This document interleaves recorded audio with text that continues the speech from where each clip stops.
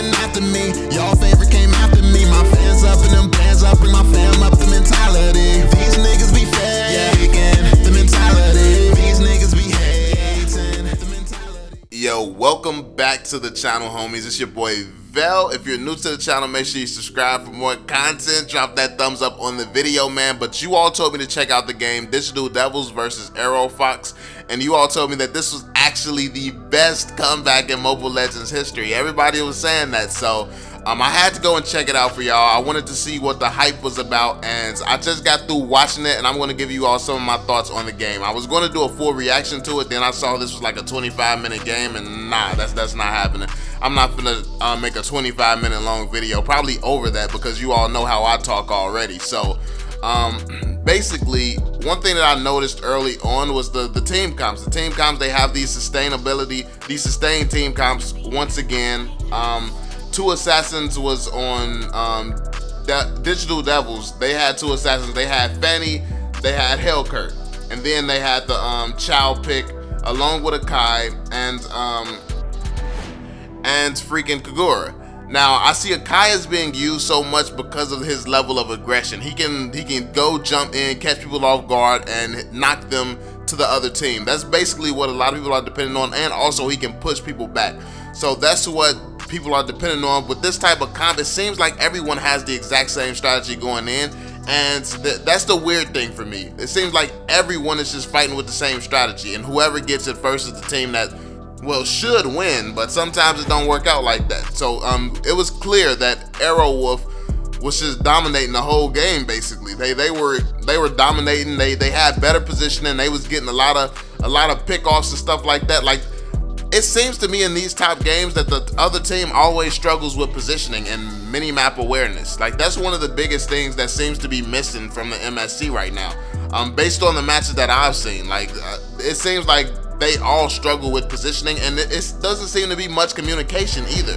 Like, I was looking at their face cams when the face cams were popping up on the screen and stuff like that, and they were always just so quiet, just there, like no strategies, no coming up with, but I guess if you just do the same strategy every single time, you know every other pro team is going to do the same strategy. It's not really nothing to talk about, to be completely honest. But yeah, it just wasn't enough communication. Like, they weren't adapting. Like, it doesn't seem like either team was adapting. So it really just comes down to who makes the first mistake, because both teams are playing the same. Like, one team is going to be super aggressive, push all the way up, try to pick people off the whole time. Then the other team is going to try to go for the split push, and they're going to try to push up lanes. And that's what Fanny was doing most of the time. Fanny was going to different lanes, pushing up lanes while her team was behind. And that gave them a little wiggle room and breathing room, because, and one of the times that freaking Arrow, they went chasing Fanny. They were chasing Fanny for a good like 25-30 seconds. And I'm like, what benefit do you have from chasing Fanny down? Just stop her from clearing up the lanes and go push or something. Go do something that's actually going to be useful. But no, they went chasing a Fanny, which gave the other team time to recover. And that was just a questionable decision as well. I definitely like to see the comeback. I like to see the composure these teams keep. When they're losing, that's the one thing that I noticed that's a very, very good strength for these teams, is that even when they're down, even when they're losing, even when it seems like it's absolutely over. I mean, their tower was one hit, bro. Their tower was freaking one hit at one point. Digital Devils, their tower was one hit, and they was just calm, like nothing fazed them. They were calm like it didn't faze them, and it really paid off for them that they didn't start panicking. They didn't start getting mad. They didn't, like, I think like at that point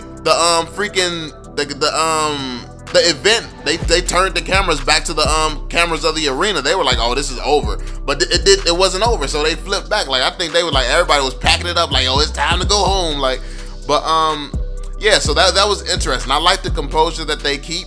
But at the same time, it's just like the same strategy. It's kind of getting repetitive. It was repetitive to me. Like, this seems like the same game that I watched last time. It was definitely a greater comeback, but it definitely seems a lot like the game that I watched last time. Is there any games here where people are switching up the strategies and stuff like that? And also, one thing I know is these games are going into like 25 minutes and stuff like that, and both teams don't have much damage. They all have those killers, but it's just not a lot of damage. And like, I feel like this game would be totally different if one of these teams had like a marksman. Like seriously, if one of these teams had a Leslie. But also, the biggest weakness that I've seen in this whole event is positioning. So I honestly doubt that any of these teams could play a Leslie and not get killed. Like, that's the biggest thing.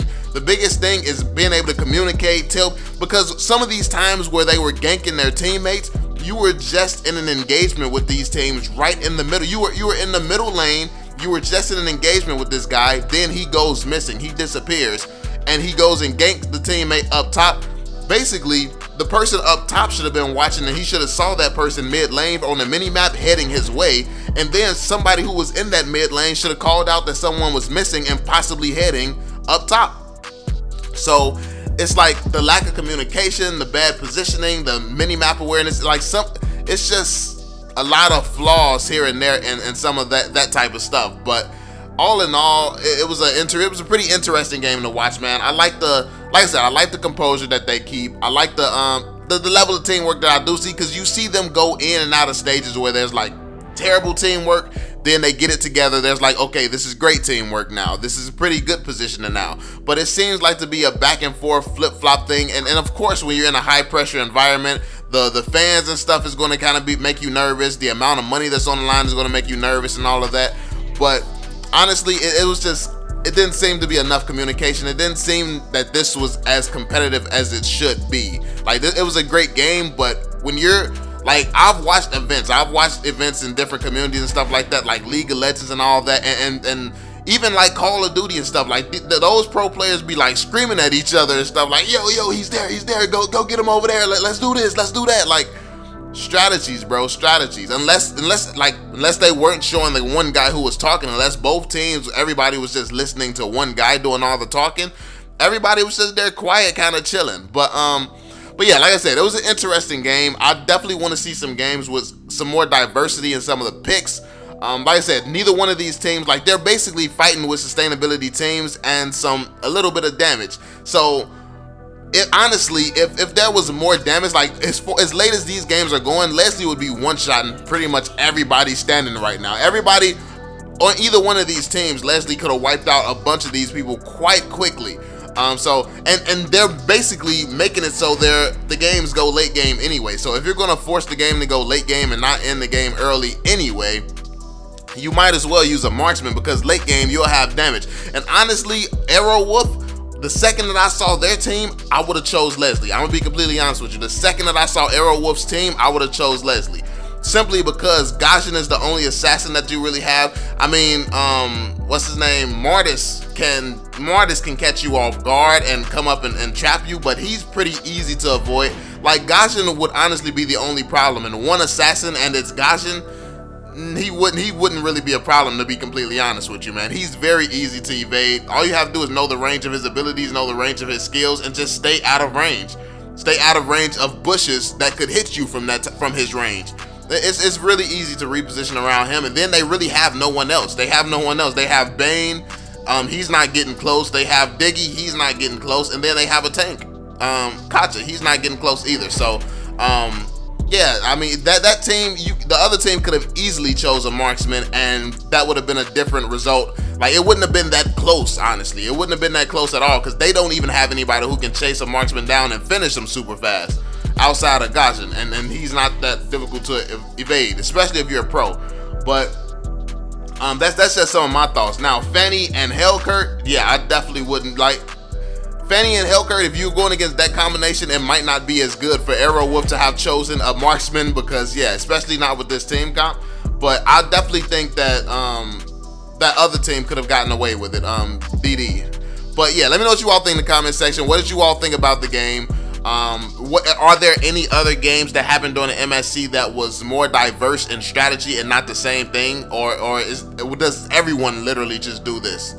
Like, one team super aggressive, the other team tries to split push, or the other team messes up with positioning and then they end up losing the game that they should have won. Like, is there anything not like this that happened? Let me know in the comment section down below, man. But all in all, like I said, it was a pretty decent game. It was interesting to see the hero picks and how they're using the heroes, and seeing how they basically have mastered using different heroes to perform the same strategy. So that was interesting to see how they're all using the same strategy, but making the different heroes work for that strategy. So that was dope. But yeah, that's pretty much it, y'all. Let me know what you think in the comment section down below. Make sure you drop that thumbs up, subscribe to the channel if you're new, and I'm gonna catch y'all on the next one, fam. Peace out, y'all. I'm on it.